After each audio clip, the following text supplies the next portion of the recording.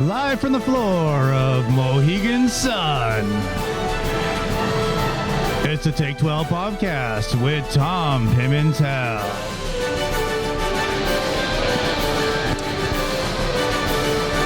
Ladies and gentlemen, welcome back to the Take12 podcast. I'm Thomas Pimentel.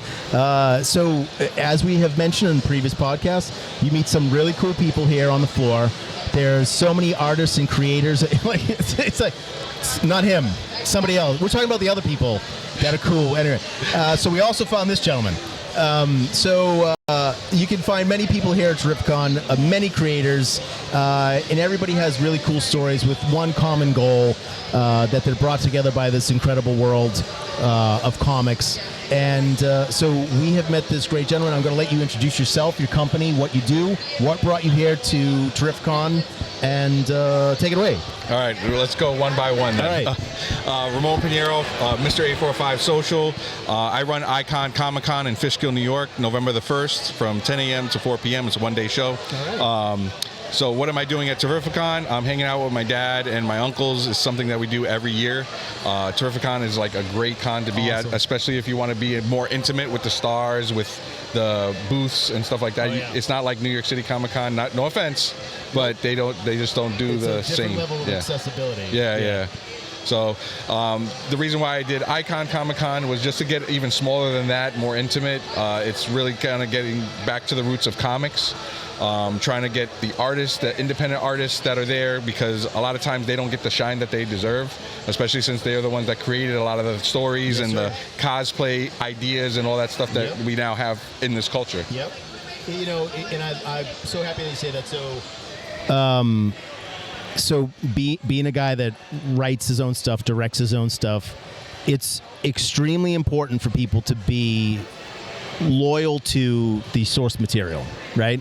And it's great to watch all these TV shows and see all these movies and see all these actors here, but you can't forget the guys that wrote these stories in the 20s, 30s, and 40s that started this legacy, right? Yeah. And we wouldn't have any of this stuff if it wasn't for them.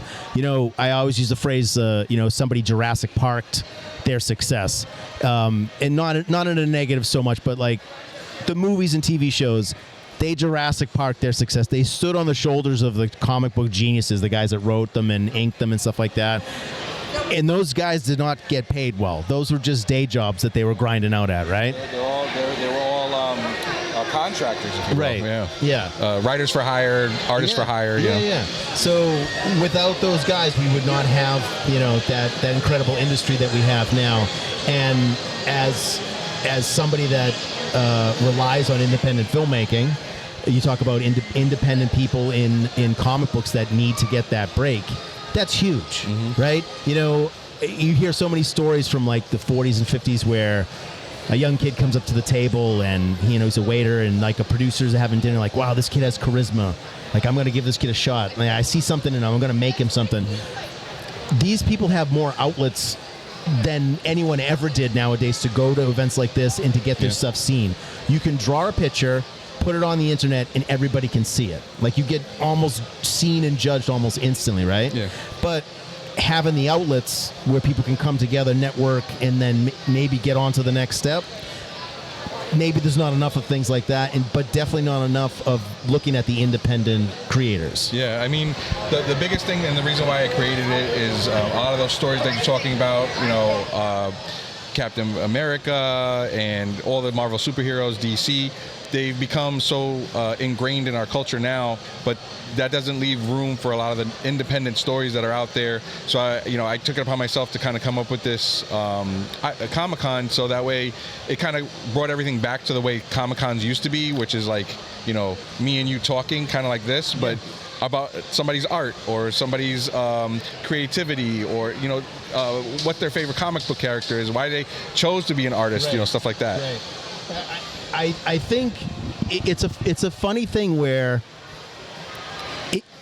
art exists on many different levels, right? And this isn't easy. Like most art this isn't easy, right? But it gets such a bad rap, and it's got such a bad rap for so long. Like, I think it was just like people just associated with like nerds, and like it was just dismissed, right? There's nothing wrong with being a nerd. There isn't. There's nothing wrong with it. And it's such hard work, right? And it is true. It is truly art, and it's like anything. It's subjective, right?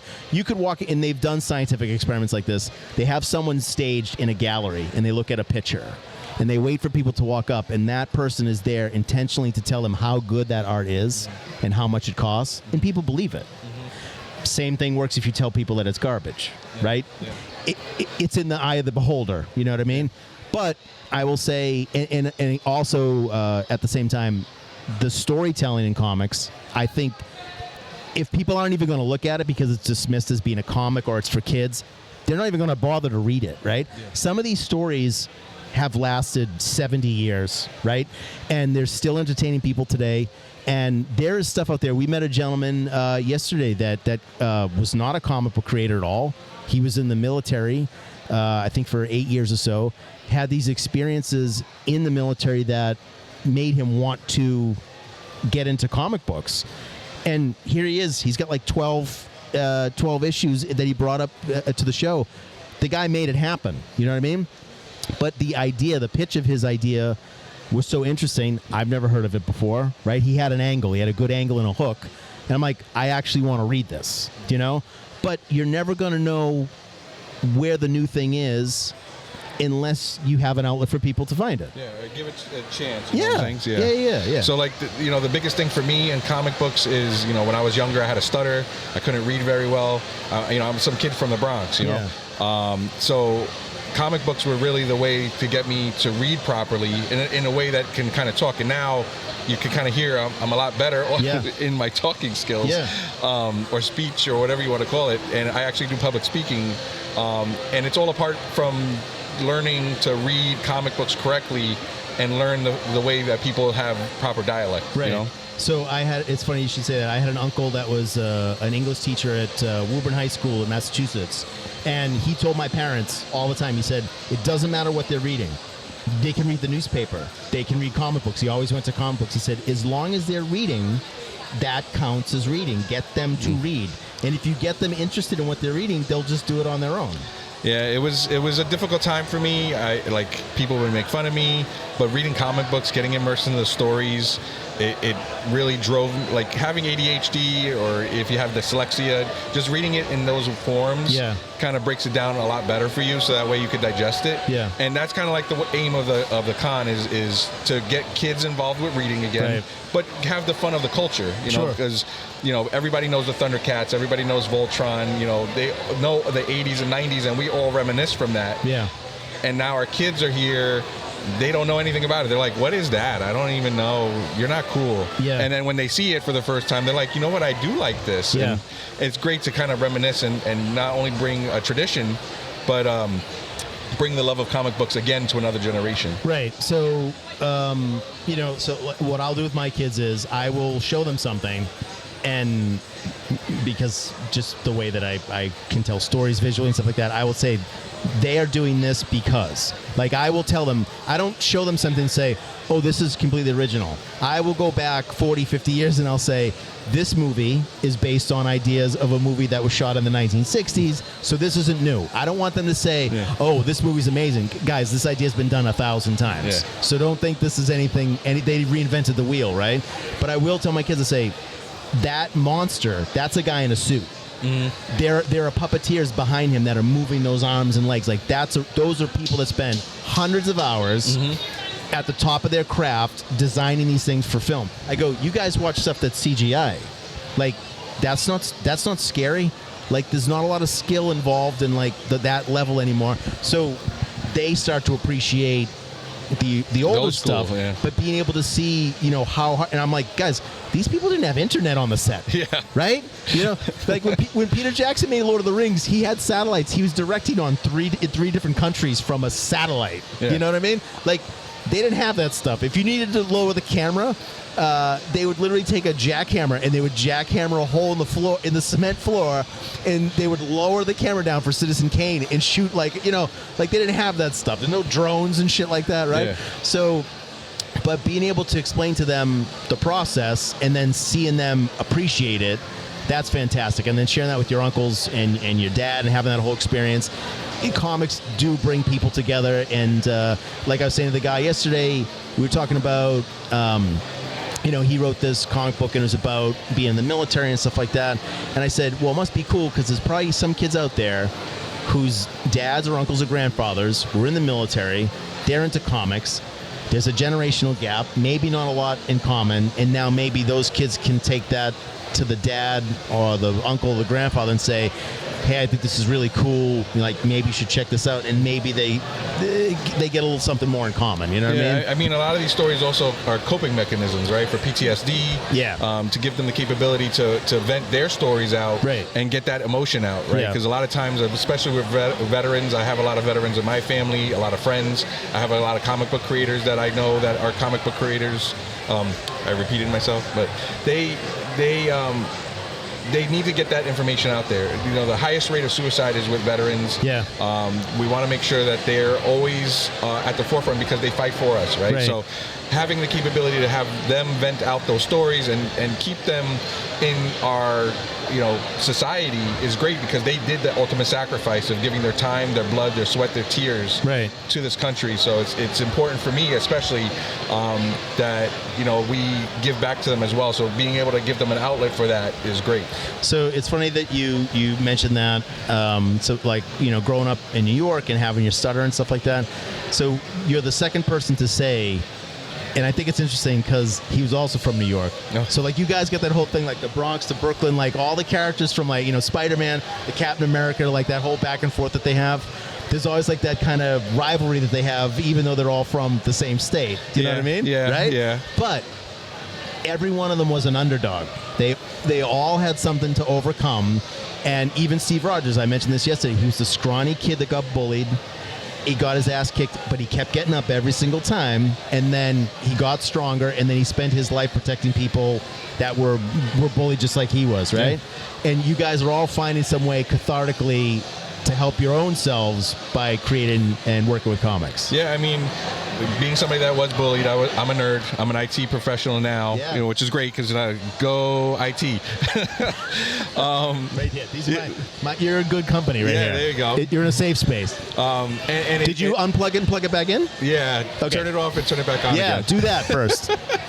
Wait 30 seconds. Rinse it off in water, in hot water. Being able to have an outlet where I am that underdog, somebody that is, the person that was picked on in high school and kind of made fun of just for being different, different ideas, and then eventually now this is our time now. It's where we get to be able to enjoy the stories that we are part of and getting everybody else involved with it. And they're like, you're cool. Like you did some cool stuff. Like you did some cool art when you were younger, or you used to dress up as like a superhero. That's cool now. And it's a great time to be alive where you could actually see that turnaround. It's funny how you watch old movies, you see guys like James Cagney who are hired as gangsters and like badasses. And then he's tap dancing on tables and he's singing and dancing like, I'm a Yankee Doodle Dandy. I know all your routines. I just do them backwards and much slower. But you see those guys, they're supposed to be these badasses, and then they're doing all this stuff, and you're like, I don't know. I forget where the fuck I was going with that. I had a point. I was derailed. Anyway, it's gone. It's all gone. So, if I can jump in a little, being also a fellow IT person who will just go and got bullied as well, I fully feel like it's caught full circle, and it's so weird to now be like the cool person. Like, you're the cool person because you know how to update a computer or fix these things, or hey, all the stuff that you grew up loving as a kid but you couldn't tell anybody. Now it's like you're being weird for not telling everybody. It's so weird. Said that you were playing with like Leisure Suit Larry. Yeah. And people would be like, fantastic. Oh. Yeah, it was a great game. Yeah. Right? What happens in this game? Oh, yeah. As a kid. Hey, where's your dad's 36-digit code so we can load this floppy disk? Yeah. The best part about my uncle's dad working for General Dynamics is he had all those fucking programs. Yeah. No, and having like Windows and like having the key codes and LimeWire. Yeah. It was a great time. Yeah. Everybody was like, "Yeah, you're a nerd," but hey, listen, I got the new Jay-Z album. I'm sorry. So, thank you for the stick of meat. That's what I was trying to say. Thank you. Meat delivery coming in hot. You guys, it came back to me. You were talking about how you weren't cool and now you are cool. And then I made the James Cagney reference about these tough guys who then tap dance, right? So everything comes around again. And when you realize that like people like that were tough guys, that they could do other things like that weren't considered necessarily tough guy things. Yeah. You go, holy shit, they could sing and dance and play multiple instruments, right? Yeah, and they would punch you in the mouth. So I appreciate that. We've had our time. We're going to rise up. We're going to take it all back. We're going to Control-Alt-Delete all the bullshit. Am I right? Yeah, delete the System 32 file. Right, do that. But after you watch the show and like and subscribe. It was great to have you on. I really appreciate it. We'd love to come to your show and then maybe collaborate on some other stuff. Please plug whatever you want to plug, and we'll wrap the show up. All right, cool. So Icon Comiccon, iconcomiccon.com, November the 1st from 10 a.m. to 4 p.m. Fishkill, New York at the Fishkill Rec Center, 793 Route 52, Fishkill, New York, 12524. Yes, I memorized all that stuff. Yeah, man. We have over 50 comic book creators, vendors, artists. We have 2 voice actors coming, Patrick Hickey Jr., who's the voice guy from FNAF, Into the Pit.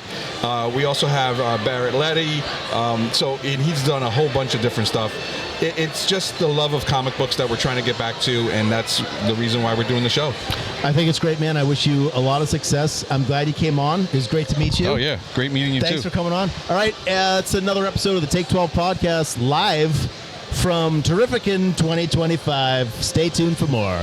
We're the largest military prop rental company in New England, but that's not our secret. The secret is we literally do everything else too, like full movie production, custom sets, viral content.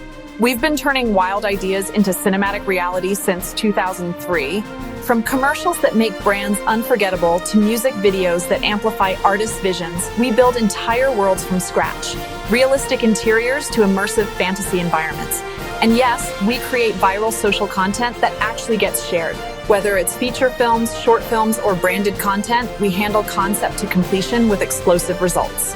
So whether you need flying cars and dragons for your next action sequence, or need to build an entire fantasy universe with custom costumes and props, we're basically your creative obsession come to life.